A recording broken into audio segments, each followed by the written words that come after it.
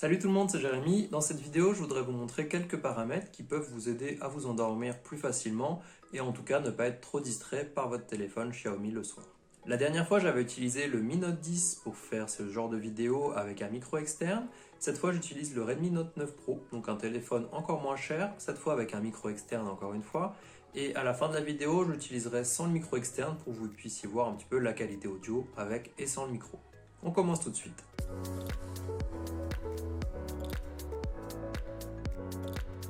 Alors du coup je vais vous montrer tous ces petits paramètres que j'ai trouvés récemment, certains que j'utilise depuis longtemps, d'autres moins longtemps, que je tombais dessus un petit peu par hasard et que je voulais vous présenter. Donc ici on va faire ça sur mon Mi 10, ça marchera sur n'importe quel smartphone Xiaomi de toute façon.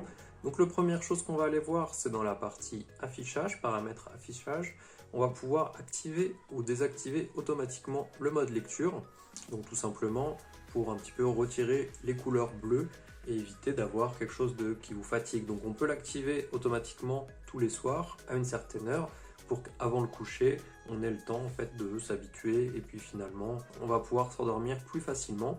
Donc le mieux ça serait de ne pas utiliser son smartphone avant d'aller au lit bien sûr, mais si on veut quand même l'utiliser, autant essayer d'utiliser ce mode de lecture. Donc ici on va pouvoir par exemple l'activer tous les soirs à partir de 21h jusqu'au lendemain matin, pour pas non plus être réveillé trop fort. On va pouvoir du coup l'activer si vous voulez voir. On va pouvoir même ajuster l'intensité de ce mode. Donc là au maximum on voit qu'on a une teinte un peu plus orangée. Alors je sais pas si ça se verra très bien à la caméra, mais vous pouvez faire le test chez vous si vous ne l'avez pas déjà. Et on peut de toute façon venir l'activer ou le désactiver au besoin. Si on regarde un film, ça peut être quand même plus sympa d'avoir les bonnes couleurs. L'autre chose qu'on va pouvoir modifier aussi et planifier, c'est toujours dans la partie affichage, on va venir pouvoir mettre le mode nuit ou le mode sombre. Donc comme vous voyez, tous les menus passent en noir. Alors déjà dans un premier temps, ça économise de la batterie et en plus ça fait moins mal aux yeux. Donc là aussi on peut le planifier. Alors moi dans mon cas, je n'utilise pas la planification parce que je mets tout le temps le mode nuit ou le mode sombre parce que je trouve ça plus joli. Et ça fait aussi moins mal aux yeux, même en journée finalement. Mais ici on peut venir le planifier si c'est pas quelque chose que vous avez l'habitude d'utiliser et que vous aimez pas. Au moins venir l'utiliser le soir avant de s'endormir. Un autre point sympa, pareil pour essayer de moins utiliser son smartphone la nuit, dans la bien-être numérique et contrôle parental cette fois. Alors ici, je ne sais pas si vous connaissez cette application, moi je l'utilise très peu. Ici on peut voir en fait pas mal de paramètres. Par exemple combien de temps on utilise son smartphone, sur quelle application. On va pouvoir aussi avoir des compteurs sur combien de temps on utilise telle ou telle application et bloquer au bout d'un certain temps si vous trouvez que vous utilisez trop une application comme Facebook ou YouTube ou autre. Ici on va pouvoir activer le mode coucher. Donc le mode coucher, qu'est-ce qu'il fait? Il va venir en fait enlever les couleurs de l'écran. Tout va passer en noir et blanc. En plus de ça, on va avoir le mode de ne pas déranger qui va s'activer. Donc là on peut le mettre en mode automatique qui va venir se déclencher tous les soirs à une certaine heure.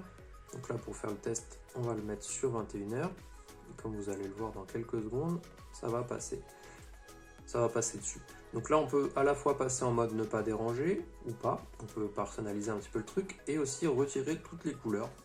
Donc pourquoi faire? En fait tout simplement pour être moins attiré par son smartphone quand on n'a pas tout plein de couleurs chatoyantes, si on peut dire, qui viennent nous attirer, qui nous donnent envie de prendre le téléphone, d'aller voir des photos, des images, etc. Donc là vous voyez, ça vient de passer. Donc là on a perdu toutes les couleurs, donc forcément déjà ça fait moins joli. Donc si vous allez, je sais pas, sur YouTube ou autre, vous aurez moins envie de cliquer sur toutes ces vidéos pleines de couleurs avec ce mode noir et blanc. Donc ça c'est des petites choses en plus qui peuvent un petit peu motiver, et puis du coup ça nous rappelle aussi voilà, que c'est l'heure peut-être de poser notre smartphone. Voilà, alors là c'était quelques paramètres qui vous permettent un petit peu de vous donner moins envie d'utiliser votre smartphone la nuit ou du coup de moins vous fatiguer les yeux. Encore une autre façon qui peut encore pousser le truc un peu plus loin, c'est d'aller dans la partie paramètres, batterie et performance, planifier, marche et arrêt. Donc là ici on va pouvoir en fait spécifier une heure de démarrage et une heure d'arrêt du smartphone. Donc si on veut que par exemple tous les soirs à 22h30 le smartphone vienne s'éteindre et tous les matins avant de vous lever à 7h par exemple il vient se rallumer. Donc là vous n'êtes pas du tout tenté de l'utiliser, vous n'êtes pas dérangé par les notifications ou quoi que ce soit. Le smartphone s'éteint complètement et se rallume le lendemain matin tout seul. Donc là c'est la solution encore d'un niveau au-dessus. Alors bien sûr vous pouvez le rallumer comme vous voulez, il n'y a pas de problème. Mais bon, ça peut déjà donner une envie de s'en passer un petit peu le soir. Voilà, donc je ne sais pas si vous connaissiez déjà tous ces paramètres-là. C'est toujours intéressant si ça peut aider de s'endormir plus facilement le soir. Maintenant, je suis en train de me filmer sans micro. Comme vous pouvez voir, je suppose que la différence est quand même assez flagrante entre le micro externe et le micro standard du téléphone. Sachant que le micro externe se branche directement sur le port jack et il fonctionne automatiquement avec l'application Xiaomi par défaut, pas besoin d'installer une application supplémentaire. Voilà, donc dites-moi ce que vous en pensez aussi au niveau de la qualité audio-vidéo du Redmi Note 9 Pro. Je pense que ça devrait être plutôt pas mal. J'utilise juste une lampe supplémentaire pour m'éclairer parce que là on est en fin de journée et du coup la lumière extérieure ne sera sûrement pas suffisante. Donc dites-moi ça en commentaire et on se voit dans la prochaine vidéo.